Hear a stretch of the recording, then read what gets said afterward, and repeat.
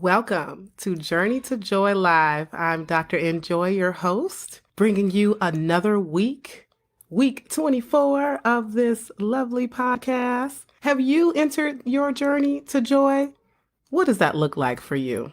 What does that entail? Would love it if you came on and asked questions and provided what it's like for you as you try to enter your journey to joy. Everybody's journey to joy is different. It could mean reaching out and becoming socially connected. It could mean getting down that path towards seeking help, seeing a therapist, seeing a psychiatrist, getting on medication. It could just mean simply choosing to eat healthy and no longer indulging in those snacks and treats that you really love because you're realizing it's not good for you, or you've recently had a diagnosis that makes you have to change your diet.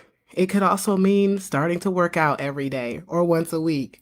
Whatever your journey is, it is for you. Don't compare yourself to others. December is Seasonal Affective Disorder Awareness Month. So I'm going to spend December talking about a mix of seasonal affective disorder, holiday blues, holiday stressors, all that. We're just talking about all that for December. Are you sad or are you sad? And do you know the difference?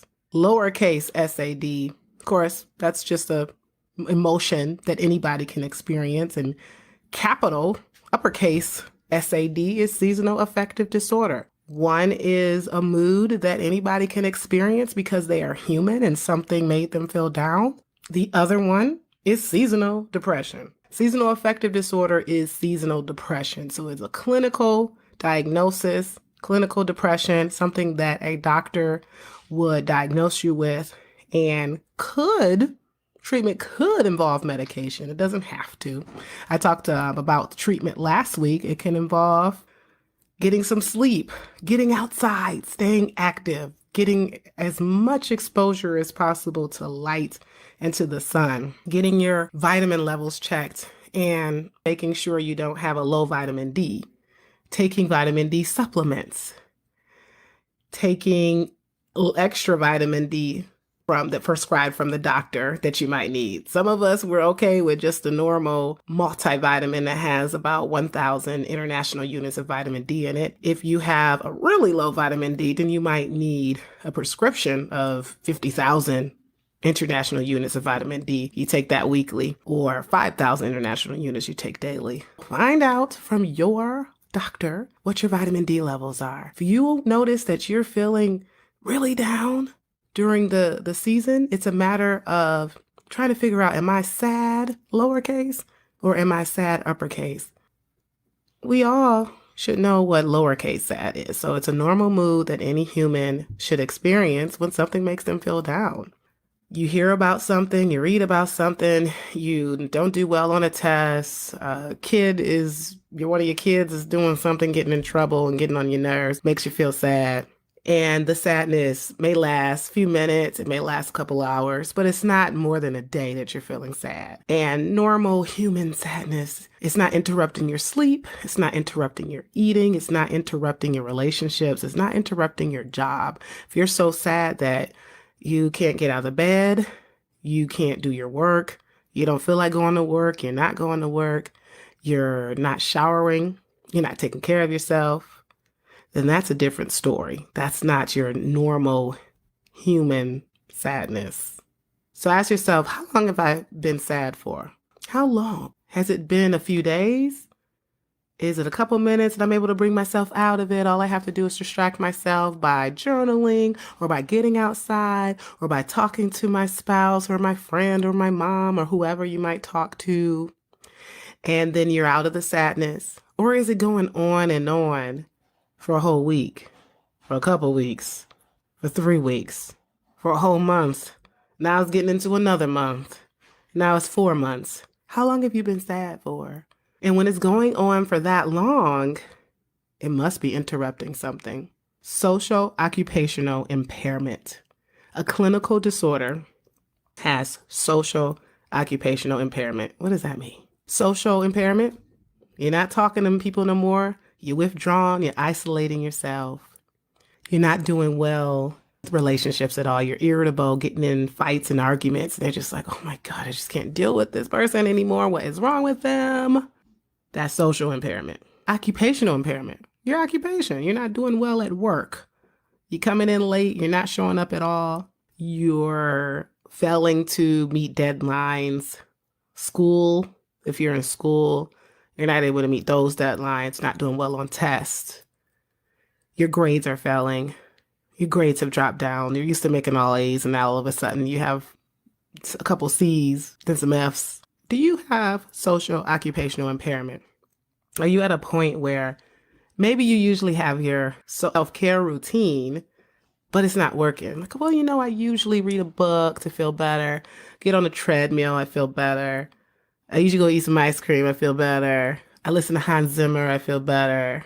Those are all general examples, but the last one is my example. I love listening to Hans Zimmer. I mentioned that before. So first of all, you have to have your self-care toolkit in the first place to know that these usual self-care routine or coping skills toolkit hasn't been working as well over the last couple weeks, couple months, or even a year. Now, depression that goes through all seasons and even lasting up to 2 years, that's when you can get into persistent depressive disorder. It's so persistent, it's a whole couple years. If we're talking about a child, that is about a year of depression. If your child's depressed or an adolescent is depressed for a whole year, persistent depressive disorder. So we got normal sadness, because something didn't happen, you got sad, but you came out of it. Then there's the seasonal depression, seasonal affective disorder, that's usually occurring during the winter months, around the time of October, November, December, January, February. It's cold, it's cloudy, it's dark, it's not that much sun. The holidays add on another stressor. A lot of people experience, millions of people, alone in America, experience seasonal affective disorder. And then you have major depressive disorder, which is the disorder that goes beyond those winter months. And then persistent depressive disorder, which if you have depression for 2 whole years and it's just continued to go on. Some people might have double depression, major depressive disorder on top of persistent depressive disorder. Either way, how do you know when you should seek help just from feeling sad? I mean, like I said, if you're feeling sad and it's not lasting long, not lasting more than a day, and it's not getting in the way of things, start to look at your self-care routine. What is it you need to do? Look at your toolkit, your coping skills toolkit. Do you need some more me time? Do you need to bust out that journaling that you used to do, writing poetry, because that makes you feel so good? When was the last time you got that massage? You used to get massages, but now you don't anymore. Get yourself a massage. When was the last time you got a pedicure, manicure? You know what? I used to do those things, but I haven't had a chance to do it. I'm going to get me a pedicure, Pulling out whatever those coping skills are for you. Dancing, listening to music. I bring up self-care during every journey to joy because self-care is super important. I'm going to just keep talking about it because that is a part of your journey to joy. How are you going to get to joy without practicing self-care? How are you going to get to joy without using coping skills? Without reframing your mind, your thoughts? If you keep beating yourself up and keep accepting all the negative thoughts that come to your mind, you're not going to get to joy. You're not. You get there through self-care, through coping skills, through positive affirmations, positive thoughts, and seeking help if you need to. That is how you get to your journey to joy. Some people's journey is quick. Some people's take a year. But you know what? Our journey to joy is a maintenance journey. We have to stay on that journey. It doesn't just come to an end like I'm joyful and I'm going to stay joyful. I feel joyful. I choose joy and I'm on my journey to joy. But of course, there are other days that I don't feel that joy. Joy is different from just simply being happy. Like I said, it's a choice.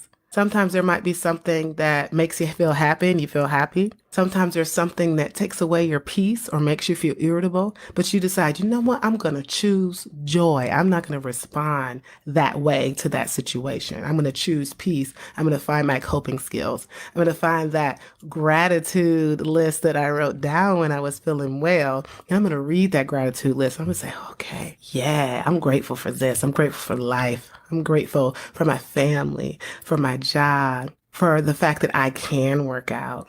There is something in your life that you can be grateful for. So that is how we can continue to be on our journey to joy choosing joy, and choosing those self-care practices.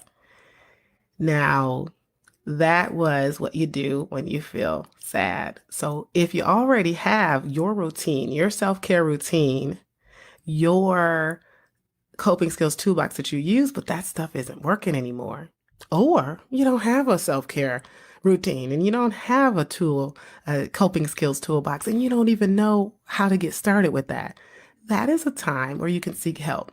Is that help simply talking to a family member or a friend? Sure, it could just be that.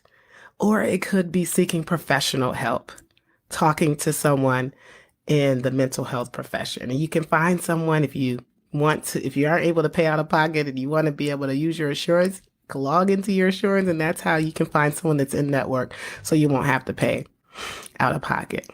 But in general, seasonal affective disorder, getting outside, getting active, you can combat that without medication. If you can't combat it without medication, that is why you have mental professionals like myself that can help you. I'm here for you. In fact, I'm already accepting patients at Enjoy Life, Living in Full Empowerment LLC. You can look at my website at drenjoylife.com. It's where I have all my podcasts and videos. I also post on YouTube, Instagram, and I'm on Spotify. Come to the next Journey to Joy. I'm always here Thursdays at 7 p.m. Bring your questions and comments. I'm here offering myself for some free advice. If you happen to see me and you are my patient, wait till the next visit. I'm not giving medication recommendations on a platform like this, right? I am not liable. But anyhow, come and bring your questions. Thank you for watching. Majority of my people watch after this. This was a quick one. What's being sad versus what is experiencing sad seasonal affective disorder. So I hope that helped. I'm going to continue to talk about seasonal depression and the holiday stress. Next week, we're getting closer to Christmas. I love Christmas. I try to be so festive today. Bring your questions, ask questions in between, and say, you know what, Dr. Enjoy, I wish you talked about this. Talk about this next time. So let me know what it is you'd like to hear. Thank you.